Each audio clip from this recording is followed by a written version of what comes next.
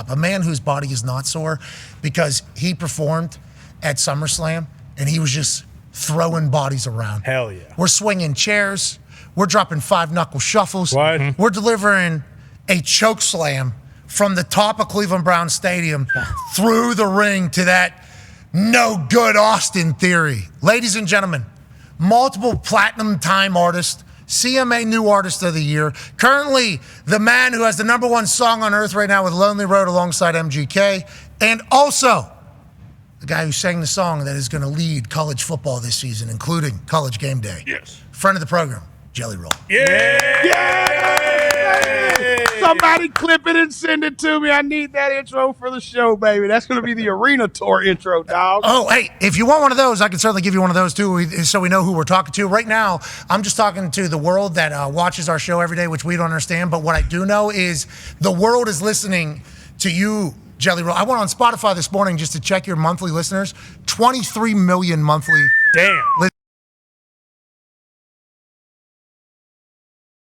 How's life? How are you feeling? And where are you right now?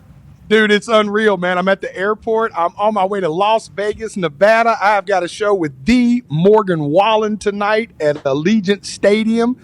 I'm just coming off the SummerSlam choke of the year, baby. I'm feeling good. I'm on a McAfee show. Listen, think about this. I'm sorry, y'all. I'm hyped. I've always wanted to be on the show. I'm a big fan. Boston, AJ, so good to see y'all. This is really, really cool. It's an honor. But this is super fire. But yeah, this is unreal. So imagine I had the SummerSlam theme song and announced the College Game Day theme song the same week. Yeah, well, Jelly Roll, you've earned it all, bud. You know, you don't just fall to the top of the mountain, Bubba. This guy's been on tour for like 6 weeks straight. Damn. Okay, like 6 weeks straight, this guy's been living on a bus, grinding at the top of the mountain still, grinding away. Obviously, his pipes are golden, but this man's work ethic and the story that you have from where you come from to where you are to continuing to persevere, you're an inspiration to me. I told you this. You're an inspiration to me and many others, and it's great to see the good guy win. Now, with that being said, Get By is a song that'll be the song and the theme of college football. ESPN sent us a college football reel with the song on it. This is the debut, ladies and gentlemen. Is this it? This is it, Jelly! Go ahead, run that. It is back. The most electrifying thing. Welcome to a new era of college football. I light every bridge I see here just to watch it burn. Watch it burn. If you seen all the hell I seen, it make your stomach turn. I think you know. We introduced the next head football coach. We got a potential superstar on our hands. We ain't coming no more. We back. This place is gonna rock. I could tell some stories about some things you won't believe. 14 to 12. College football is completely different. We're going to see a lot of unexpected things happen. I might hurt a little. I might work a lot. Counting down the good times, staring down the clock. Throw some hallelujahs to the big man in the sky. Show 'em Sunday morning looking just like last night. Yeah, that's how I get by. What a highlight. Oh, that's how I get by.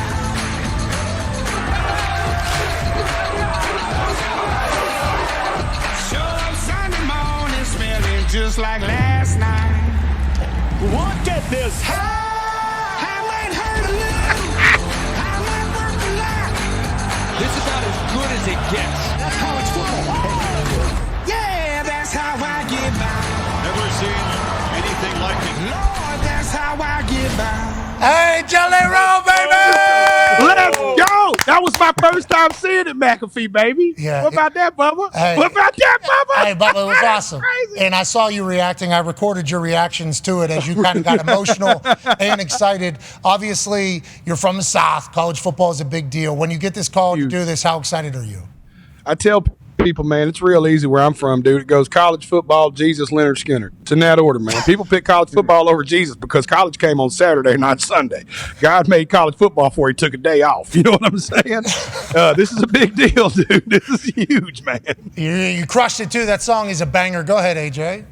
Hey, are you actually are you able to enjoy this moment that you're living in? I say all the time to Pat and them, like, hey, like people talk about the good old days, and I try to say, no, we're in the good old days always. Like let's create the good old days and just really enjoy it. It feels like you're actually someone who kind of embraces it and knows like, hey, this is a pretty awesome time in my life. I'm just going to continue going. And you're not like anxious or worried that it might end. Are you in the moment here and just enjoying everything? Man, I'm so in the moment, dude. I practically don't have a phone. I mean, I am so present. Me and McAfee hung out in the green room the other day for an hour, and I don't think either one of us knew we had a phone. You know, I mean, everywhere we are, had the craziest moment. Undertaker's in there. I mean, it's the wildest experience ever, right? And I relate to y'all in the aspect of I too am living the dumbest life ever. Like, this is absolutely ridiculous that I'm fixing to get on a private plane to go play Allegiant Stadium with Morgan Wallen, and then I may or may not fly to go see Kill Tony at Madison Square Garden Friday just because I can. You know what I'm saying? It's crazy. It's wild. You know what I mean? Just because that's my boy and he's making his debut there. It's cool, man. The Iowa State Fair Saturday, dude. I'm ripping and running, baby. I played Sturgis Tuesday. I'm on the road. Yeah, so we're Sturgis, and then we're Vegas. Connor? Then we're New York. I went Sturgis to Nashville. We're opening a new juvenile here in Davidson County. And, I was a product of the system here in my hometown, Pat. And we opened they did the groundbreaking today of the new juvenile, and they're putting my studio in that juvenile while they build it. So it's going to be really, really cool. So I flew back to Nashville just for that, and now to Vegas for the show tonight. Okay, so I saw you speak to Congress, whatever. I don't know which one they are. You spoke to somebody in D.C., and you gave an entire... I spoke to somebody we didn't deserve to speak to. Yeah, bingo. That's exactly. But as I'm watching, I'm like, these people need to speak to people like you more often. It feels like you are trying to make the world a better place with everything you do, which is why I think everybody kind of gravitates to you. How often do you think about like trying to change somebody who's potentially going down your road into making it a better one and showcasing to them like, hey, you can go to Kill Tony in Madison Square Garden one night and you go to Morgan Wallen the other, and you can be sitting in the same cell. Okay, because I was in there literally, and you could be that person. How often are you worrying about that, and how often do you think about that as like a role in your life?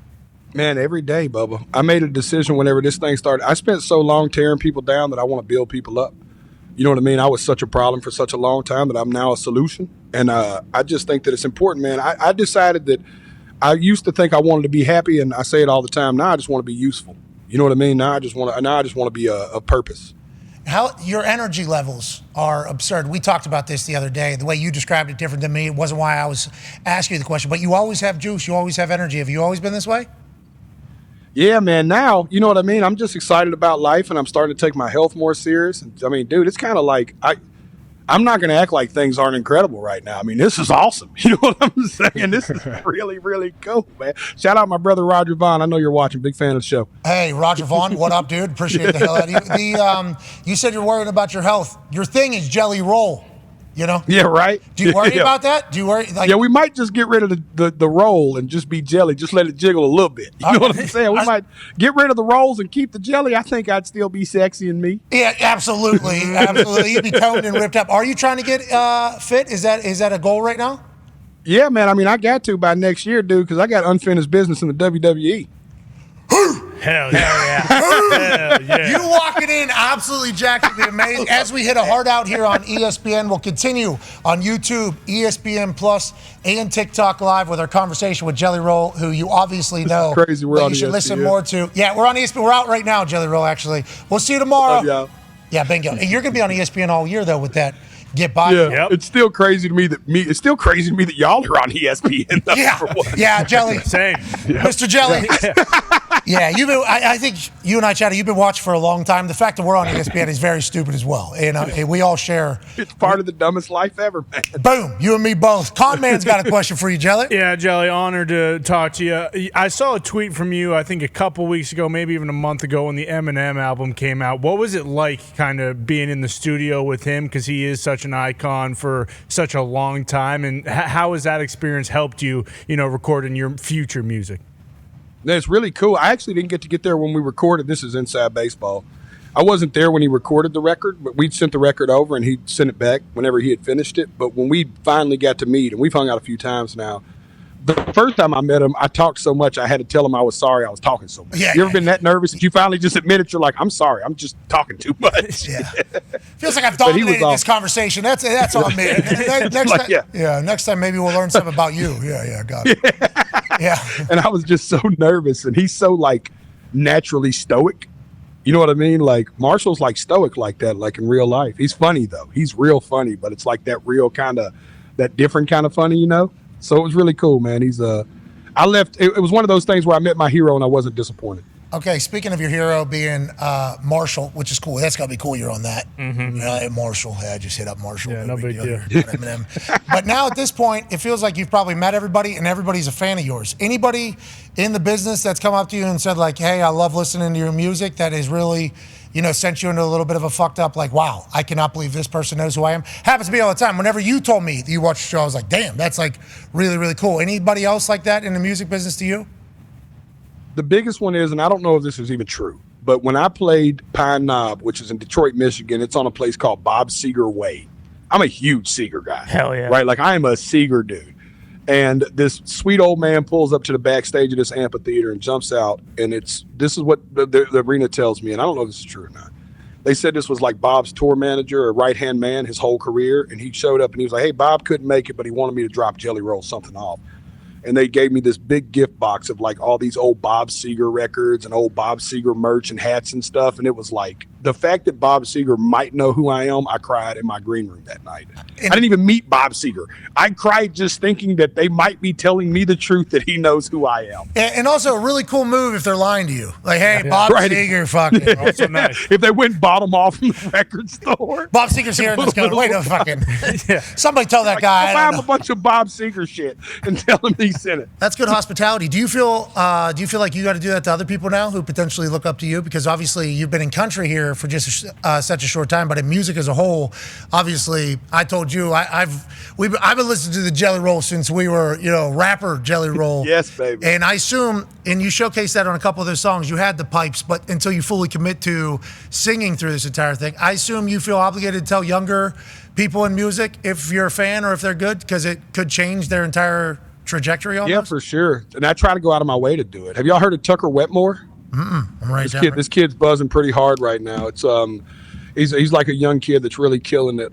Him and Jackson Dean are a couple that I reach out to often. Jackson Dean's killer. Write down Jackson Dean. You will love Jackson. I got Tucker Wetmore. Tucker, I'm not sure you'll love him. He's got good music, but Jackson's more your speed. He's an outlaw. But I just reached out to both of them just blindly. I don't even know if they knew who I was. Just like, hey, I just want you to know I'm a fan. And I hit Tucker and was like, yo, he's exploding like really fast. And I was like, hey, I know that feeling, man, that rocket. When it starts riding, you don't expect it. If you need somebody to bounce something off of, call me. So I try to always be the mentor if I can. Dude, I'm fucking 40. You know what I mean? It's like I'm kind of the OG by accident in this game, in our genre anyway. OG, you're like the grizzled rook. You're like the grizzled rook in this entire thing. Perfect guy. Yeah, I'm the veteran in the locker room. I'm Miz.